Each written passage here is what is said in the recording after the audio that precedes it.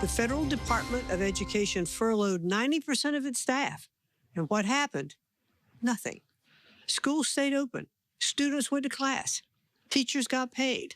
The shutdown proved our schools don't depend on Washington bureaucracy to function.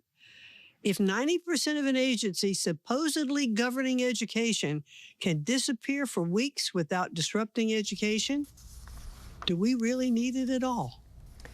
Education Secretary Linda McMahon bringing some receipts why the U.S. Department of Education should be shut down for good.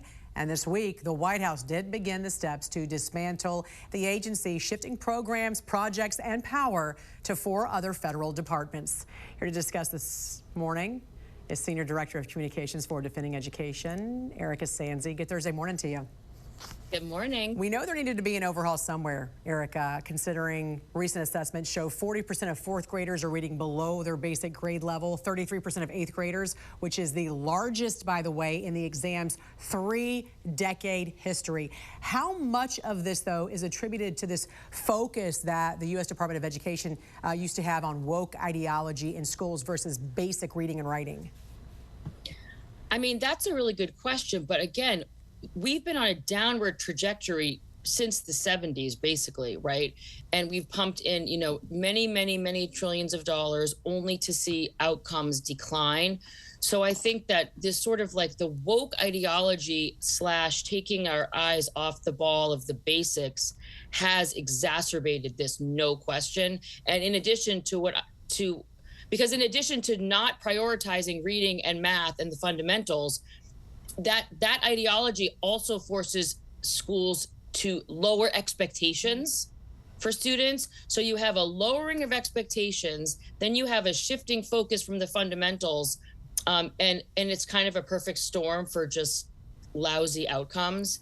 But I do think that the department and the issue with the department obviously predates this sort of quote unquote wokeness, because we haven't seen really any evidence since its inception during the Carter administration that it does anything to bring about better outcomes for students or teachers or families. Yeah, and what do you think about what Linda McMahon said, during the entire shutdown, schools operated just fine?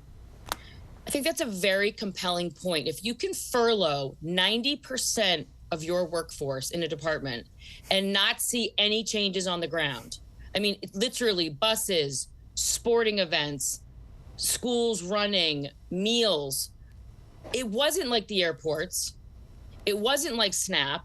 I mean, it literally was like you would have had no idea that there was a shutdown going on, right, other than like teachers in the teachers' lounge talking about it as it related to, their husband because he's a air traffic controller or something. Right.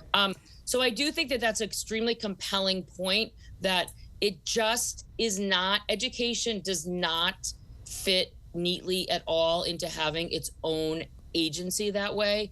And in fact, what it does is it involves categories that fit more neatly into other federal agencies. And so the thing about this change that's important is it's not that it's taking education necessarily out of the federal government. That's right. It's saying the Department of Labor is going to handle this part. The Department of the Interior is going to handle this part. HHS is going to take this on, and the State Department is going to take this on.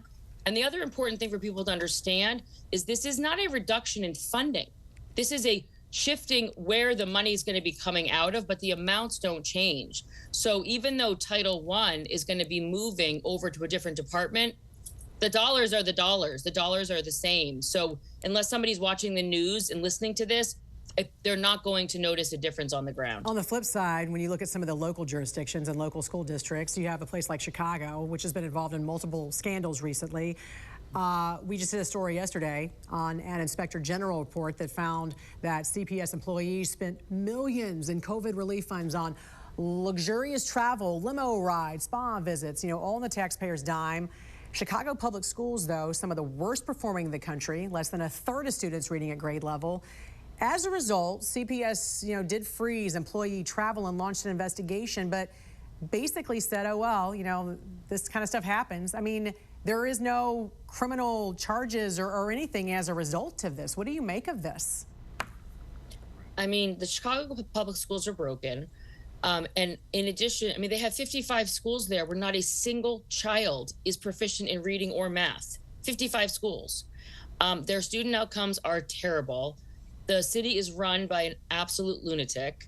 And so I don't want to say it's hopeless, but it is a broken system. So none of this about this story of, this travel and this misuse of funds, it doesn't surprise me at all. Because again, we just have so little accountability in these systems. And it's very unfortunate. But again, the Chicago public school system, as it currently runs, does not put students first. The people with the most power in that system do not put student learning first. And so this is what you end up with. And you have to wonder, too, if we've lost an entire generation, of future Americans, which is frightening. Senior Director of Communications for Defending Education, Erika Sanzi, great to see you on this Friday Eve. Have a good weekend. You too, Jan. Thanks.